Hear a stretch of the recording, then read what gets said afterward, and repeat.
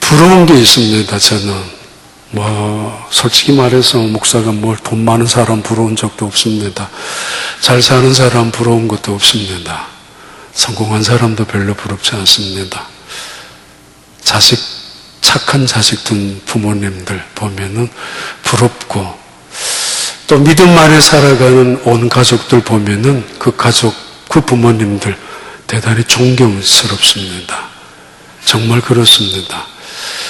때로는 남편이 아내에게 잘하는 거 보면은 대단히 미안하기도 하고, 아내가 남편한테 너무 잘하는 거 보면은 더더욱 미안하기도 하고 그렇습니다. 정말 부럽습니다. 자식을 잘 둔 부모님들 보면은. 오늘 5월달 첫 번째 주일 어린이 주일입니다. 2014년 마가복음을 중심해서 강해 같은, 강해 설교 아닌 강해, 주의 설교 아닌 설교를 좀 계속하는 중에 본문과 또는 어린이 주일과 관계되는 본문을 택해서 말씀을 드립니다. 예수님께서 꽤 오랜 사역을 가버나움 갈릴리 지역에서 하셨습니다. 그리고는 훌쩍 떠나셔서 두로와 시돈으로 가셨습니다. 가셔서 일어난 한 여인이 등장하면서 그 여인이 자기의 어린 나이를 고치고 싶어 했던 그 어머니와 예수님과의 주고받는 대화, 그 사건이 오늘 본문입니다. 대부분 한번 들었으면 잊어버리지 않을 만큼 대단히 인상적인 사건입니다. 이 여인의 이름은 나타나지 않습니다. 그 여인이 어떤 방법으로 어떻게 예수님이 계신 것을 알고 찾아왔는지도 전혀 기록하지 않고 있습니다. 오히려 감추고 있을 것 같은 느낌도 듭니다. 이유는 다른 것을 강조하고 싶었던 마가복음의 특별한 방법, 그 기술 때문에 그렇습니다. 주고받는 대화 내용이 오늘 본문의 전체의 이야기입니다. 이런 사건을 보면서 우리는 몇 가지 질문을 던질 수 있습니다. 아니, 어떻게 예수님께서 정말 그렇게 매몰차게, 냉정하게, 단호히 찾아와서 내 딸의 병을 고쳐달라고 하는 한 어머니의 간절한 애원을 거절할 수 있을까? 예수님께서 지금까지 사랑을 말씀하셨고 불쌍한 자, 가난한 자, 소외된 자를 케어하셨던 것은 단순한 쇼란 말인가? 두 번째, 또 다른 문제가 있습니다. 예수님은 이방인들을 이렇게 취급한단 말인가? 그렇다면 기독교는, 아니 하나님은 이스라엘의 하나님 외에 다른 나라의 하나님이 될 수 없지 않단 말인가? 라는 또 다른 질문을 던질 수 있을 만큼 예수님은 때로는 혹독하게 이방인 이 여인을 다루고 있습니다. 그리고 이방인 여인을 무섭게 취급하고 있습니다. 인종차별에 가까울 정도로. 아니, 그럴 바에야 예수님께서 왜 두로와 시돈으로 나가셨단 말입니까? 굳이 두로와 시돈은 이방인의 가장 대표적인 땅이었는데 그 땅에 가셔야 될 이유가 뭐 있습니까? 굳이 가셔서 이방인 나라 사람들 무시하고 이방인 여자에 구하는 것을 거절하였다면 왜 가셨냐 말이에요. 이런 이야기들을, 질문을 가질 수 있습니다만, 그러나 오늘의 주제는 한 어머니의 이야기입니다. 그 딸을 어떻게 고칠 수 있었는가에 대한 문제에 포커스를 맞추고 싶습니다.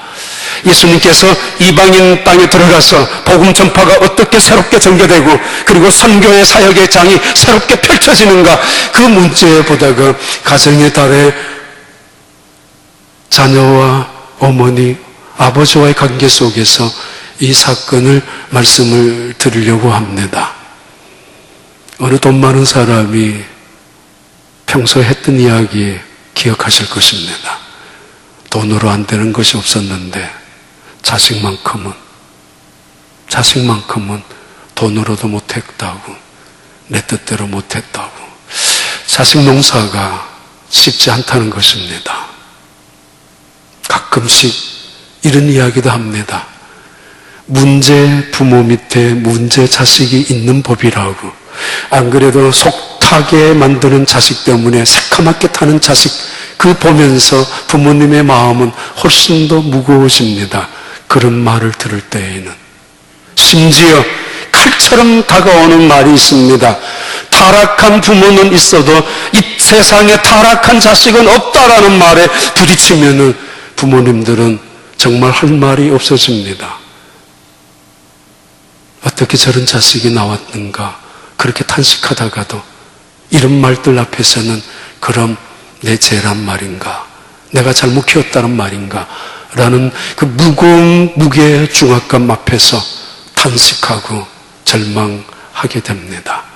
한 여인이, 바로 두로와 시돈에 살고 있는 한 여인, 그 당시에 두로는 최고의 항구라고 자랑하는 천년 요새의 안방, 천년 항구를 가질 수 있을 만큼, 방파제의 역할을 할 수 있을 만큼 거대한 암석으로 구성되어졌던 도시가 두로입니다. 그러기에 일찍부터 항구 도시로 발달할 수 있었던 그 지역, 자연적으로 수많은 선원들과 뱃사공들, 자연적으로 수많은 장사꾼들이 모여있는 두로, 그 지역에서 불과 얼마 떨어지지 않았던 시돈, 역시 어장이라는 뜻입니다. 돈이 꽤 많이 모여들고 있는 그 동네 사람들도, 아마 넘쳐나는 사람들도 있었겠죠. 예수님이 두로와 시돈으로 가셨습니다.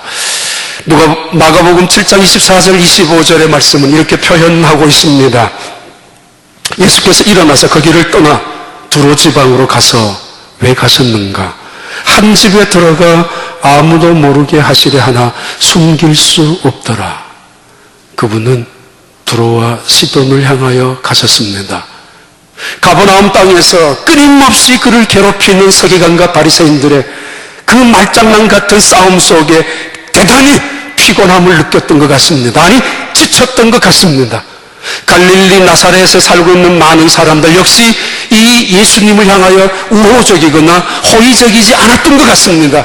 저 사람 때문에 우리까지 불편함을 당하고, 어쩌면 저 사람 때문에 우리 사람들마저도 체면에 손상이 가는 듯한 그렇게 느낌을 받고 있는 대부분의 제사장들, 일당들은, 헤롯 대왕 자신들의 위협을 느끼면서 예수님을 죽이려고 음모를 꾸미고 있는 그때 예수님은 큰 바다를 보시고 싶으셨는지 두로와 시돈으로 가셨습니다.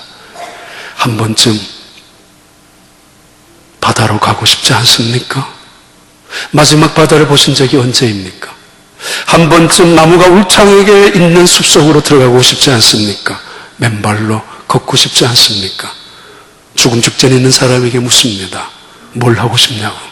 예, 밤하늘의 별을 한번 보고 싶다고. 마음껏 이 세상의 공기를 마시고 싶다고.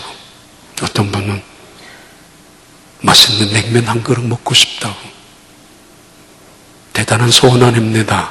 마지막 음미하면서, 마지막 정말 생각하면서 바라본 밤하늘이 언제였는가. 아무튼 예수님께서는 피곤하셔서 숨기 위하여 한 동네에 들어가셨습니다. 바로 두로와 시돈의 한 집에 들어가셔서 은밀하게 계셨습니다마는 진리는 숨겨지지 않습니다. 결코 진리는 감출 수 없습니다. 누가 무시한다고 하더라도 그 진리는 무시될 수 없습니다. 한 여자가 찾아왔습니다. 그 여인의 이름이 수로보니게 여인입니다. 이름이 등장하지 않습니다. 어떤 방법으로 찾아왔는지도 설명하지도 않습니다만 분명한 거 하나 있습니다. 이 수로보니게 여인, 수리아와 페니키아 지역의 합성어입니다. 이방인 사람들이 모여 살던, 우상들이 가장 난무하는 그 땅, 바로 어두움의 땅, 바로 저주받은 사람들이 모여있는 그 사람들의 이름을 수로보니게 사람이라고 합니다. 그것도 한 여인이 등장합니다. 그리고 예수님께 찾아와서 귀신 들린 내 딸을 고쳐달라고. 이 말씀 속에서 어머니와 딸의 관계, 부모님과 자식의 관계, 우리가 어떻게 자식을 키울 수가 있을까? 다시 말씀을 드립니다. 자식 키우는 사람, 누구 하나 남의 자식을 향하여 함부로 손가락질 할 수 없을 것입니다.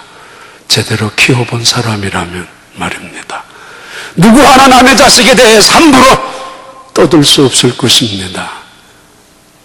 아무리 내 자식이 착하다 할지라도 그것이 하나님의 은혜의 축복이라는 것을 안다면 말입니다. 자, 수로보니게 이 여인, 남편이 있었는지 도망갔는지 죽었는지는 모르겠습니다만은 그 여인은 하나의 딸을, 한 명밖에 없었는지 모르겠습니다만 어쩌면 그 인생의 버팀목이 되고 어쩌면 존재의 이유가 되었던 한 딸을 둔 어머니가 귀신 들려 사람 구실을 못하고 있는 그 딸을 고치기 위하여 예수님께 찾아왔습니다. 첫 번째 주제입니다.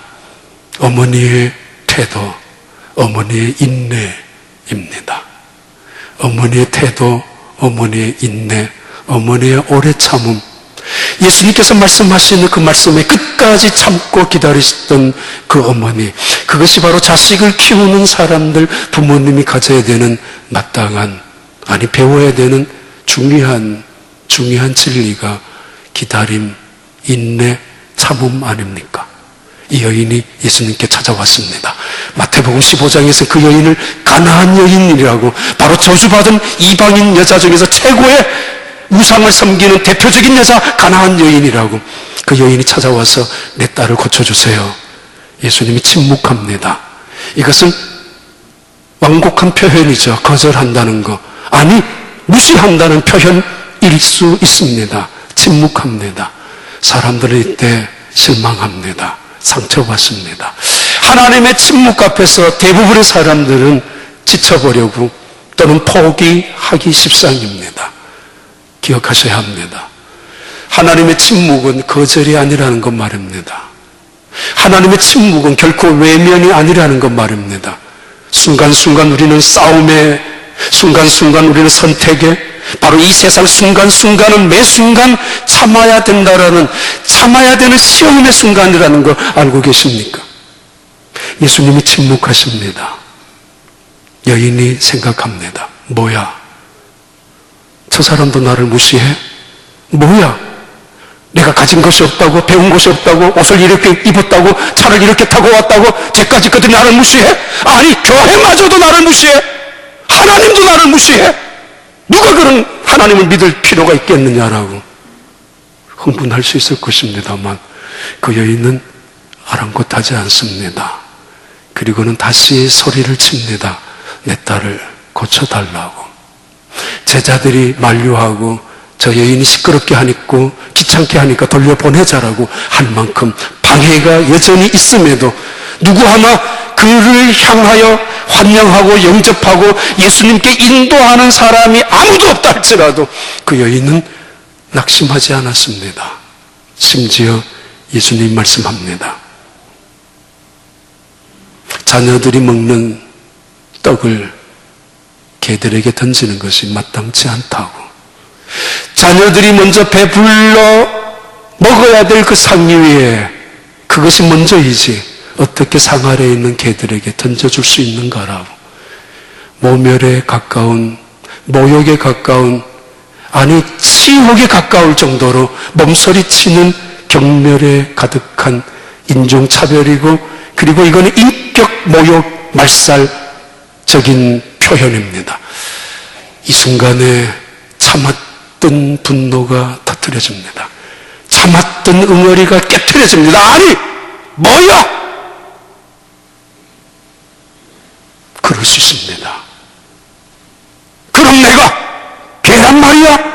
물론 욕설에 가까운 개의 표현이 아니라 애완용에 가까운 개의 표현을 하고 있다 할지라도 개는 개일 뿐입니다. 그런데 이것 봐, 나를 이렇게 업신여겨?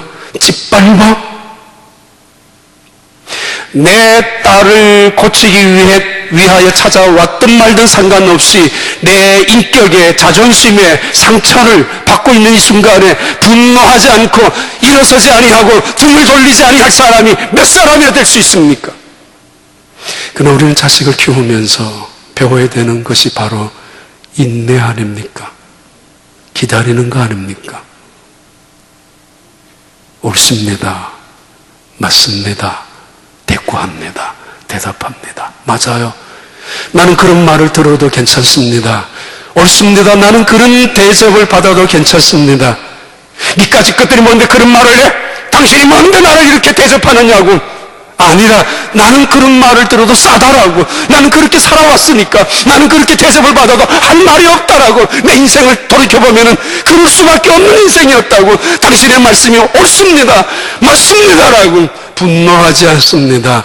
자식을 키우면서 느끼고 경험한 어머니, 그 어머니의 깨달음 아닙니까? 집까지 것들이 나를 무시한다라고, 교회마저도 나를 업신여긴다라고, 아니 하나님마저도 나를 이렇게 표현한다라고 라고 하지 아니하고, 맞습니다. 옳습니다. 어쩌면은 예수님은 그 여인을 향하여 이렇게 말씀하고 있는지도 모릅니다. 너 어머니가 되어서 자녀에게 떡만 주면 되는 줄 아느냐? 떡만 주었다고 그 아이가 다 받아먹은 줄 아느냐? 돈 다 주었고 입을 거 다 주었고 남들이 하지 못한 것까지 다 해주었는데 너 뭐가 부족해서 이 모양이니? 이때 아빠를 향하여 딸이 엄마를 향하여 절규 같은 이야기 있지 않습니까? 아빠가 나한테 해준 게 뭐 있냐고, 엄마가 나한테 해준 게 뭐 있느냐고. 아니 그 돈을 가지고 모자람 없이 다 해주었는데 하는 말 봐요. 예수님이 그 여인을 향하여 어쩜 질책하고 있는지도 모르겠습니다. 떡은 줄는지 모르지만 사랑을 주었니? 떡은 주는지 모르지만 진실을 가르쳐 주었니? 떡은 주는지 모르지만 세상에서 가장 필요한 인생을 살아가는 것, 그 지혜를 너 얼마나 가르쳐 주었어? 아니 너는 네 자녀를 애완용으로 키우지 않았니? 강아지 새끼처럼. 너 욕심을 충족시키기 위해서, 너 허영심을 채우기 위하여, 자랑하기 위하여 수단으로 삼거나 아니면 취미생활하기 위하여 때로는 나쁜 말로는 놀이개처럼 애완용으로 삼지 않았니? 그래서 데리고 다니면서 적당한 시간에 자랑하고, 데리고 다니면서 적당한 시간에 내 위로나 받으려고 그렇게 내 자식을 키우고 있지는 않았느냐 말이야. 너가 말이야. 맞습니다. 맞습니다.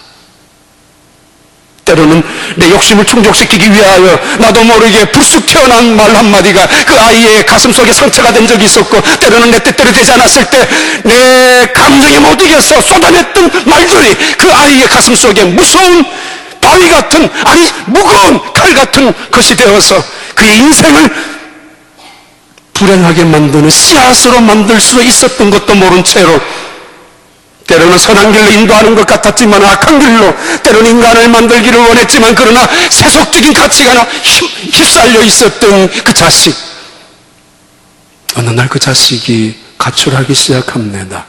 친구들과 몰려다니기 시작합니다. 그래서 이상한 짓도 합니다. 어느 날부터 그 딸아이는 정결함을 잃어버리고 단정함도 잃어버리고 옷도 더러워지고 몸도 더러워지고 생각도 더러워지고 더러운 귀신에 붙잡혀 살아가는 엄마의 애완용처럼 마지막 버팀목이 된 채로 욕심을 충족시키는 수단으로 가졌던 그 딸이었지만, 어느 순간 그 엄마의 욕심에 못 이겨 지쳐버린 이 딸아이, 세상의 더러움에 짓눌려 있는 이 딸아이, 그가 귀신 들렸다고요. 어느 날 며칠이나 나갔다 돌아온 그 딸아이, 옷은 엉망진창이 되고 어쩌면은 머리마저도 헝클어진 채 몸도 찢겨진 채로 상한데 침대에 누워서 눈물을 흘리고 흐느끼는 딸을 어느 날 이 엄마가 봤을 것입니다. 그때서야 정신이 번쩍 듭니다. 그때서야 비로소 깨닫기 시작합니다. 내가 내 자식을 잘못 가르쳤다고. 나의 성급함 때문에, 나의 조급함 때문에, 나의 욕심 때문에, 나의 교만 때문에, 내 이기심 때문에 들려줘서는 안 될 말을 듣게 했고, 보여줘서는 안 될 그런 아픔의 사건들을 보여주었고, 그래서 그 자식이 더러워진 귀신에 붙잡힌 것처럼 엉망진창으로 살아가는 그 딸을 보면서 어느 날 쓰러진 그 딸을 바라보면서 정신이 번쩍 드는 엄마, 비로소 깨닫습니다. 겸손이 무엇인지, 진실이 무엇인지, 인간의 능력이 얼마나 대단한지 사실은. 그러면서 기다리기 시작합니다. 그러면서 배우는 것이 인내입니다. 이 딸을 보면서 봐요. 그 딸 자식을 고치기 위하여 찾아왔던 어머니를 향하여 예수님께서 쏟아낸 모멸찬 대답들. 참을 사람 없습니다.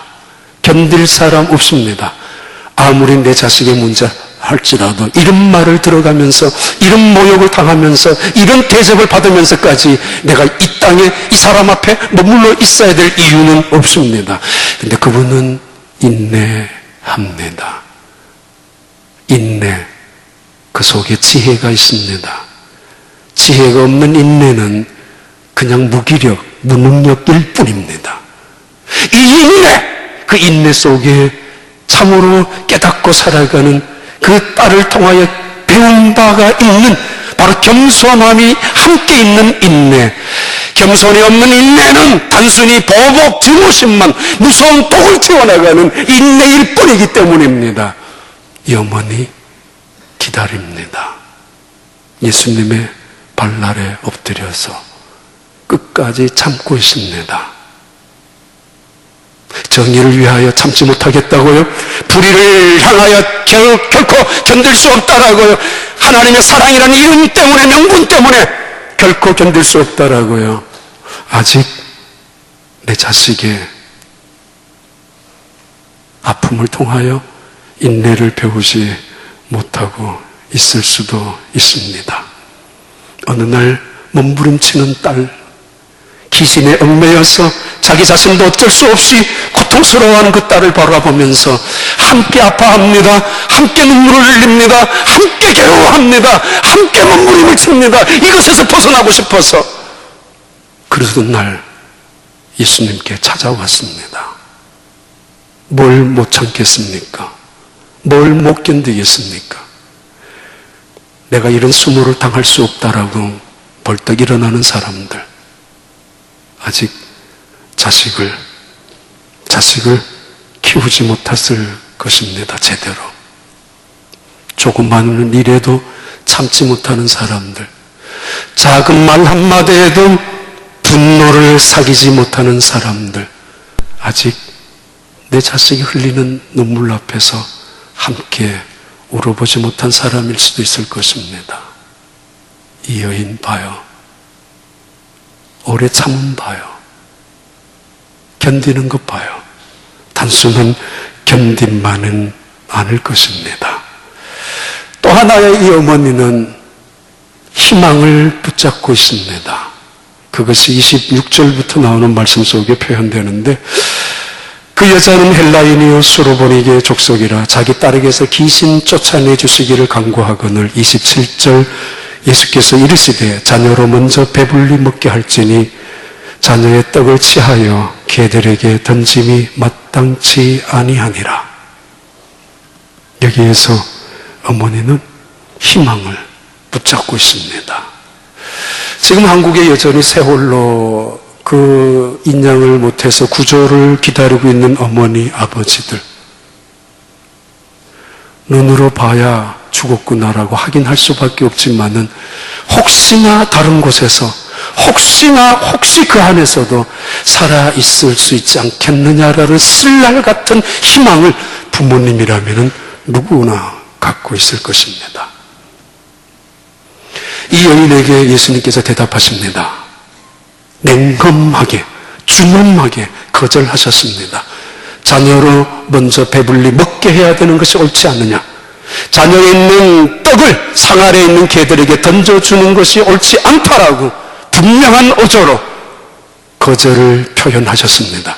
어쩌면 냉혹하게 그 여인을 대하고 있습니다. 아주 모멸찬 언어를 가지고. 이쯤 되면은 세상 사람들은 싸웁니다. 아니, 저게 뭐야? 이쯤 되면은 포기합니다. 낙심합니다. 그리고 원망하고 불평합니다. 그런데 이 여자는 내 딸이 귀신에 들린 것을 알고 귀신 들렸던 원인을 제공해 준 사람이 어쩌면 나일 수 있다는 사실을 알고 깨닫는 겸손할 줄 아는 여자, 자기를 돌아볼 줄 아는 여자, 적어도 지혜가 무엇인 줄 알고 있는 여자, 그래서 기다리며 참을 줄 아는 이 여자, 또 하나의 장점이 있었다면 바로 희망을 찾는다는 것입니다. 세상 사람들 중에서 실패를 잘하는 사람들, 아니 저주 속에, 때로는 원망 속에만 살아가는 사람들은 100가지의 좋은 것 중에서 한 가지 나쁜 것을 찾아내는데 귀신입니다. 선수입니다. 그래서 비판합니다. 못한다고, 원망합니다. 왜 나에게만 이런 걸 주느냐라고. 그러나 행복할 줄 아는 사람, 성공을 하는 사람은 100가지의 최악의 조건 속에서도 한 가지 기어이 찾아냅니다. 할 수 있는 것을 1%도 안 되는 가능성을 찾아냅니다. 예수님께서 말씀하십니다. 자녀로 먼저 배불리 먹게 하는 것이 당연한 거 아니냐. 아, 맞아. 자녀가 먼저 먹어야지. 그렇다면 나중에 나에게도 기회가 오지 않을까? 상위에 먼저 가족들이 먼저 먹어야지. 그거 방해할 거나 그걸 중지할 생각은 추호도 없습니다. 그렇다면 나중에 그들이 배부른 다음에 나중에 우리에게도 기회가 오지 않을까라는 생각을 하기 시작합니다. 예수님의 냉엄하고 준엄한 거절 속에서 그 여인은 예수님의 따뜻한 마음을 찾아내고 예수님의 단호한 거절 속에서도 그는 뭔가 가능성이 있는 말씀 하나를 찾아냅니다. 자식을 키워나가는 부모님들이 쉽게 포기하지 않는 이유가, 온 세상이 다 포기한다 할지라도 내 자식은, 그 부모님은 결코 포기하지 않는 이유도 거기에 있지 않습니까? 사람들은 말합니다. 자녀가 먼저 먹어야 된다고요? 아니, 하나님이 사랑입니까? 하나님이 공평하신 분입니까? 당신이 예수님 메시아입니까? 아니, 누가 자녀예요? 나는 자녀가 아니란 말입니까? 뭐예요, 세상이? 무슨 특권 계층이 따로 있단 말입니까? 음수적으로 물고 태어난 사람이 있는가 하면은 나무 숟갈 물고 태어난 사람. 그래서 이 세상을 향하여 파괴적으로 증오감으로 폭력을, 정의를 그렇게 외칠 수는 있지만은 이 여자는 말합니다. 옳습니다. 맞습니다. 당연히 부모님이라면은 자기 자식에게 떡을 줘야 되겠죠. 당연합니다. 하나님의 택한 백성을 먼저 주셔야 옳습니다. 뻔뻔스럽고 염치 없고 감히 그런 특권도 권리도 없지만은 그러나 내게도 기회가 있지 않습니까? 다 먹고 난 다음 상 위에 감히 생각도 못합니다. 상 아래 자학이라고 생각하지 마십시오. 학대라고도 생각하지 마십시오. 하나님이 누구란 걸 제대로 안다면은, 자식의 눈물을 제대로 알고 인간이 어떤 존재라는 걸 제대로 알고 살아간다면 우리는 함부로 살지 않습니다. 함부로 분노하지 않습니다. 함부로 싸우지 않습니다. 맞습니다. 옳습니다. 하나님의 택한 백성들이 하나님을 섬기고 있었을 때 우리는 이방인 우상을 섬기며 그 앞에서 춤을 추고 있었던 사람입니다. 맞습니다. 하나님의 백성들이 하나님의 말씀을 순종하려고 몸부림을 치고 있는 순간에 우리는 욕심대로 살았던 먼산 인생의 사람들이었습니다. 맞습니다. 먼저는 그들이 헌신하고 희생하고 그 힘들고 어렵고 외로운 순간에, 하나님의 교회를 지키고 있었던 순간에 나는 욕심을 부리며 이 세상에서 제멋대로 살아간 사람들입니다. 그들이 먼저 떡을 먹어야 하고 그들이 상위에 있어야 합니다. 옳습니다. 이 여인의 희망 봐요. 그러나 기회를 주십시오. 자녀가 먼저 떡을 먹고 난 다음 배부른다면은 내게도 있지 않습니까? 내게도. 희망을 찾는 사람들의 태도 아닙니까? 세상을 원망하지 않는 사람들의 모습 아닙니까? 쉽게 낙심하고 쉽게 포기하고 그래서 쉽게 좌절하면서 인생은 가진 자들의 것이라고 증오하며 사는 사람이 아니지 않습니까? 맞습니다. 옳습니다. 나는 상 아래 있는, 그래요, 개보다도 못한 사람일 수도 있습니다. 그렇게 살아왔습니다. 내 딸에게도 그렇게 살도록 강요하기도 했던 사람입니다. 그러나 내가 변합니다. 변했습니다. 내가 고쳤습니다. 달라지길 원합니다. 나는 이제는 그렇게 살지를 않기를 원합니다. 나는 부스럭이라도 괜찮습니다. 내게는 그 정도면 족합니다. 라고 고백합니다. 자식을 향하는 어머니의 애절한 희망을 붙잡는 태도 아닙니까? 오기로 인생을 살다가 자식마저도 불행하게 만드는 사람들 있을 수 있습니다만, 또 하나의 말씀이 있습니다. 그 어머니의 세 번째 태도는 믿음입니다. 어머니의 인내, 어머니의 희망, 어머니의 믿음. 어머니의 믿음. 도대체 어떻게 예수님이 숨어 계시는 그 동네에 알고 찾아왔는지, 도대체 무엇이 그렇게 찾도록 했는지 분명한 거 하나는 그 딸을 고치기 위한 어머니의 필사적인 노력이었을 것입니다. 그건 그 어머니를, 그 예수님을 찾아가면 반드시 고칠 수 있다는 확신 때문입니다. 그걸 믿음이라고 불러도 좋을 것입니다. 아니, 이걸 믿음이라고 안 부르면 뭘 믿음이라고 불러요? 뭘 믿음으로 평가합니까?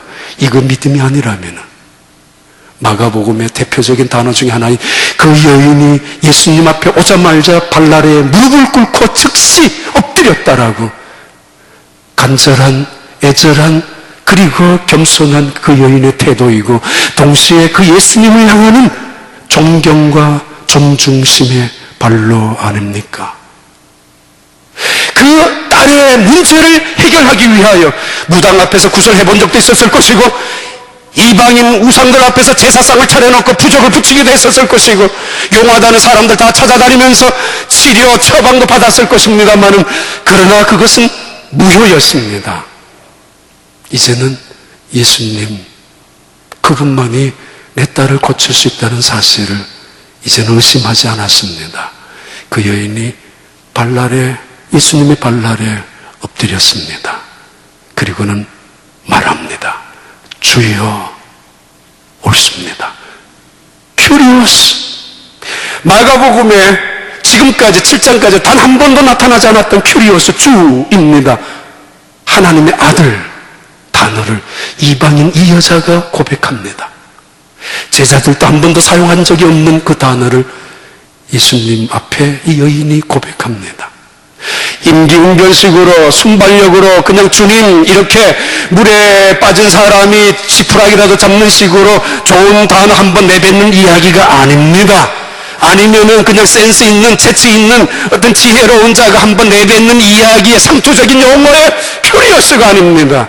이 여인이 고백하는 이 단어는 가슴 깊은 곳에서 우러나오는, 오랜 생활 속에서 묵상하면서 기어이 이분은 메시아다, 이분은 하나님의 아들이다, 이분은 주다, 나의 인생의 주님이다라는 사실을 고백하는 그런 단어, 바로 그래서 그 속에서 큐리오스라고 고백합니다. 주님, 옳습니다.